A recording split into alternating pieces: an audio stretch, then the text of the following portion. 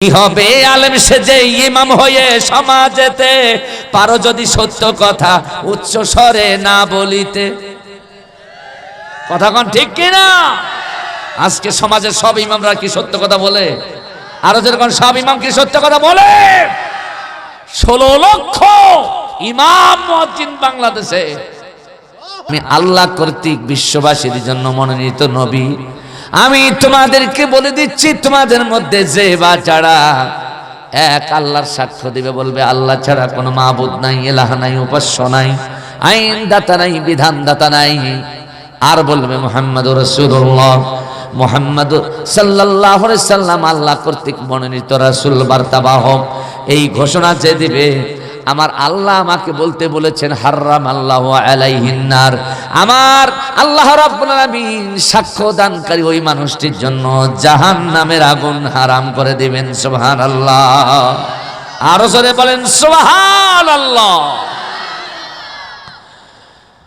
আমার ভাইরা, আমার বাবাজিরা, হযরত আবী হুরায়রা বলেন, নূর নবী সহ আমরা বসেছিলাম, নবীজি আমাদেরকে দ্বীনের তারবিয়াত শিক্ষা দিচ্ছিলেন। হঠাৎ করে নবীকে উঠে যেতে দেখলাম, নবী উঠে চলে গেলেন।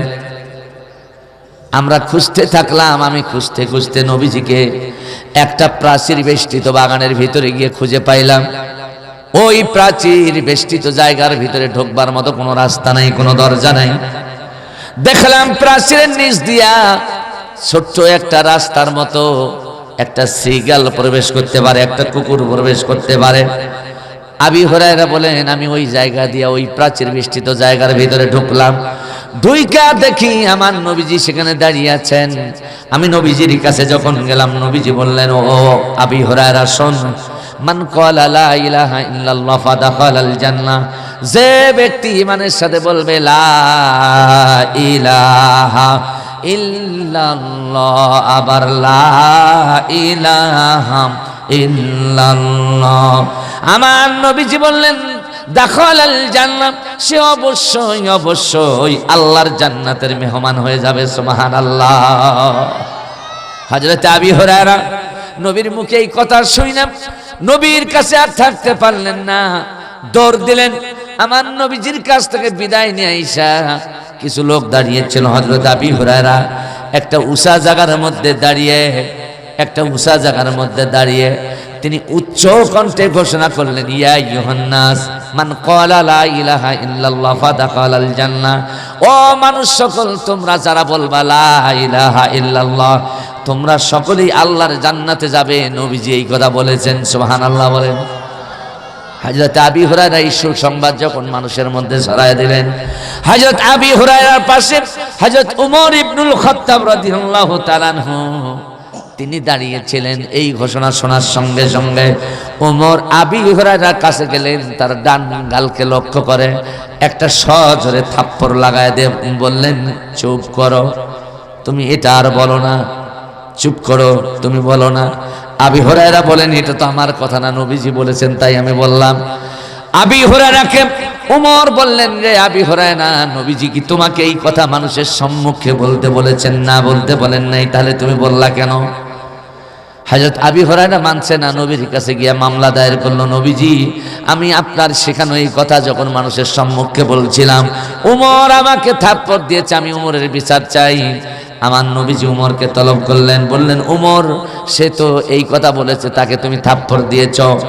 হযরত উমর বললেন, নবীজি ইয়া রাসূলুল্লাহ, আপনার সাথে বেয়াদবি করবার ক্ষমতা আমি উমরের নাই, তবে আপনার কাছে আমি জানতে চাই, আপনি কি আবু হুরায়রাকে এই কথা মানুষের সামনে বলতে বলেছিলেন নাকি? নবীজি বললেন, না তো, এটা আমি আবু হুরায়রাকে একাকি বলেছিলাম, মানুষের সামনে বলার জন্য নয়। হযরত উমর বললেন, নবীজি ইয়া রাসূলুল্লাহ, এই জন্যই আমি আবু হুরায়রাকে থাপ্পড় দিয়ে থামায় দিয়েছি, কারণ হলো এটাই।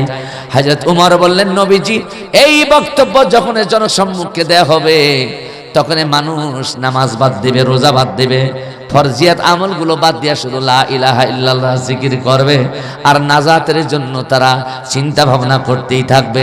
এইভাবে যদি ইসলামের মৌলিক ইবাদতগুলো বাদ দিয়া লা ইলাহা ইল্লাল্লাহ পড়ে, তাহলে আপনি বলেন সে কি বেহেশত যাবে? আমার নবীজি বললেন, ওমর তুমি যতটুকু বুঝেছো এটা আমি অতটুকু জানতাম, তবে আবু হুরায়রাকে এটা আমি কিন্তু জনসম্মুখে বলতে বলিনি। নবীজি বললেন, ও ওমর তুমি জানো না, তবে তোমাকে বলে দেই, এটা তো আবু হুরায়রা ঠিক করে নাই। তবে লা ইলাহা ইল্লাল্লাহ এমন একটি কালেমা, যেই কালেমার মধ্যে আমার আল্লাহ রাব্বুল আলামিনের সমস্ত বিধিবিধানগুলো লুকায়া আছে। সুবহানাল্লাহ। আরো জোরে কর না সুবহানাল্লাহ। যদি এটা না হতো তাহলে মসজিদের কোনায় বৈশা জিকির করেন আর খানকায় বৈশা জিকির করেন, এই জিকিরের ঠেলায় আপনি বেহেশতে চলে যাইতেন। কিন্তু বেহেশতে যাওয়া যাবে? যেরকম যাবে, মসজিদের কোণে বসে জিকির যত করো কষে, মসজিদের কোণে বসে জিকির যত করো কষে, এভাবে যায় না পাওয়া আল্লাহকে। কথা কোন ঠিক কিনা? এভাবে যায় না পাওয়া আল্লাহকে, কি হবে বেঁচে থেকে? বলুন না, দিনাজপুরের লোকেজন বলেন, কি হবে বেঁচে থেকে, কি হবে বেঁচে থেকে? অযথা বিদ্যা শিখে যদি না গড়তে পারি শোষণবিহীন সমাজটাকে, ঠিক কিনা বলেন? কি হবে বেঁচে থেকে? কি হবে আলেম সেজে ইমাম হয়ে সমাজেতে, পারো যদি সত্য কথা উচ্চ স্বরে না বলিতে। কথা কোন ঠিক কিনা? আজকে সমাজের সব ইমামরা কি সত্য কথা বলে? আরো যেরকম সব ইমাম কি সত্য কথা বলে? 16 লক্ষ ইমাম মুয়াজ্জিন বাংলাদেশে, এরা যদি এক বাক্যে যদি তাওহীদের এই স্লোগানকে ব্যাঘ্র কণ্ঠে জাতির সামনে উত্থাপন করত, জাতি এই বৈপ্লবিক কণ্ঠে সামিল হতো, তারা বিপ্লবের জন্য রাজপথ প্রকম্পিত করত। নাস্তিক বাম আর রাম তারা এই জগৎ ছেড়ে পালাতে পথ খুঁজে পাইতো না, ঠিক কিনা বলেন? আরো যেরকম ঠিক কিনা? কিন্তু তসবিহ টিপার সংখ্যাই তো আমাদের দেশে বেশি। আপনি টেপেন, এটা দোষের কিছু না, কিন্তু মৌলিক কাজগুলোকে ঠিক রাইখে টেপেন। আপনার মৌলিক কাজ ঠিক নাই, আপনি শুধু অমৌলিক ইবাদতগুলোকে প্রাধান্য দিবেন। এটা আমার রাসূলের দাওয়াতের উদ্দেশ্য ছিল না, আর আল্লাহর নবী প্রেরণ করার উদ্দেশ্য এটা ছিল না। কথা কোন ছিল? এটা কি উদ্দেশ্য ছিল? আল্লাহ রাব্বুল আলামিন পরিষ্কার বলে দিলেন, ওয়ালাকাদ বাআসনা ফি কুল্লি উম্মাতির রাসূলা আন ইবুদুল্লাহা ওয়াজতানিবুত তাগুত। চিৎকার দিয়ে কন্যা আল্লাহু আকবার। আল্লাহ রাব্বুল আলামিন দার্থহীন কণ্ঠে ঘোষণা দিয়ে বললেন, ওয়ালাকাদ বাআসনা ফি কুল্লি উম্মাতির রাসূলা, পৃথিবীতে এমন কোন উম্মত নাই, এমন কোন জাতি নাই, এমন কোন সম্প্রদায় নাই, সকলের কাছে আল্লাহ রাসূল পাঠাইছেন, কারো কাছে রাসূল পাঠান নাই। ব্যাপারটা এরকম নয়। দুনিয়ায় যত নবী এসেছে, যত রাসূল এসেছে, সব নবী রাসূলের দাওয়াতের উদ্দেশ্য ছিল একটা। জোরে কোন কয়টা? আরো জোরে কোন কয়টা? আনি ইবাদুল্লাহ, আল্লাহর ইবাদত করার জন্য নবীরা রাসূলরা দাওয়াত দিয়েছেন, আর তাগুতকে প্রত্যাখ্যান করার জন্য দাওয়াত দিয়েছেন। কথা কোন ঠিক কিনা? আজকে আমাদের সমাজে আজকে নবীওয়ালা কাজ অনেকেই করে।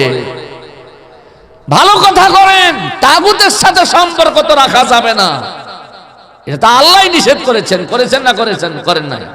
ওয়াস্তানিবুত তাগুত, আল্লাহর দাসত্ব করতে হবে, গোলামি করতে হবে, বন্দিগি করতে হবে, সাথে সাথে তাগুতকেও বর্জন করতে হবে। তাগুতকে, যে ওই শক্তিকে তাগুত বলা হয় যে নিজে আল্লাহর আইন মানে না, অন্য কেউ, জোরে বলেন না, যে আল্লাহর আইন মানে না অন্য কেউ, তাকে বলা হয় তাগুত। কথা বলেন ঠিক কিনা? ধর্মনিরপেক্ষ মতবাদ তাগুত, সমাজতন্ত্র তাগুত, জাতীয়তাবাদ তাগুত, সেকুলারিজম তাগুত, মানুষের তৈরি করা যত মতবাদ আছে সবগুলো তাগুত। একমাত্র আল্লাহর দাসত্বের বাস্তব প্রমাণ হচ্ছে ইসলাম। ঠিক নামে ঠিক বলতে হবে।